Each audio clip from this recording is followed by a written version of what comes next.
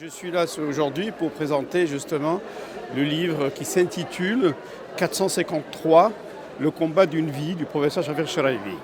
453, pourquoi? C'est parce que je travaille essentiellement sur l'article du Code pénal qui est le 453, qui est le seul article qui donne la possibilité, qui ne punit pas l'avortement. Tous les autres articles, depuis le 449 jusqu'au 457, punissent l'avortement.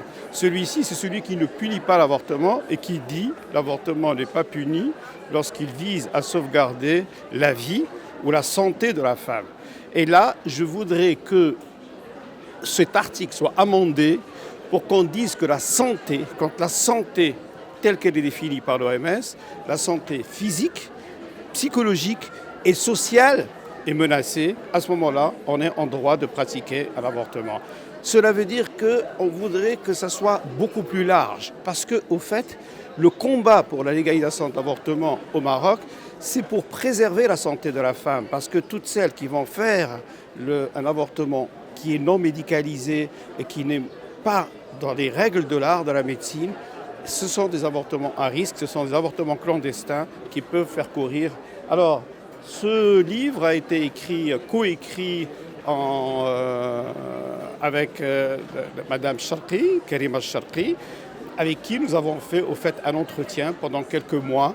Et elle a, en même temps, nous rapportant un petit peu mon parcours d'enfance et d'adolescence qui est très atypique.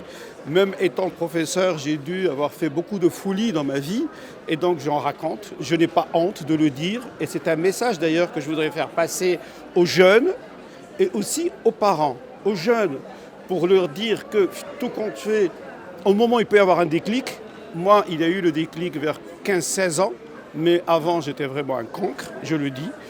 Ça d'une part, donc le déclic peur, il ne faut pas vraiment désespérer.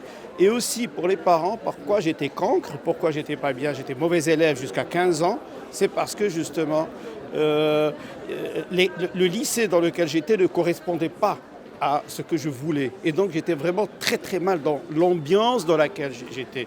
Il a fallu que je change d'école pour que véritablement je passe de dernier de la classe au premier de la classe. Et depuis, j'ai toujours été premier de la classe. J'ai fait médecine qui est, comme vous le savez, très long parcours, 7 années, puis la spécialité. Et en plus, j'ai fait la voie royale, qui est la voie de l'internat du CHU, où j'ai passé l'internat, le concours d'internat, le concours d'assistanat, de maîtrise d'assistanat, d'agrégation, etc.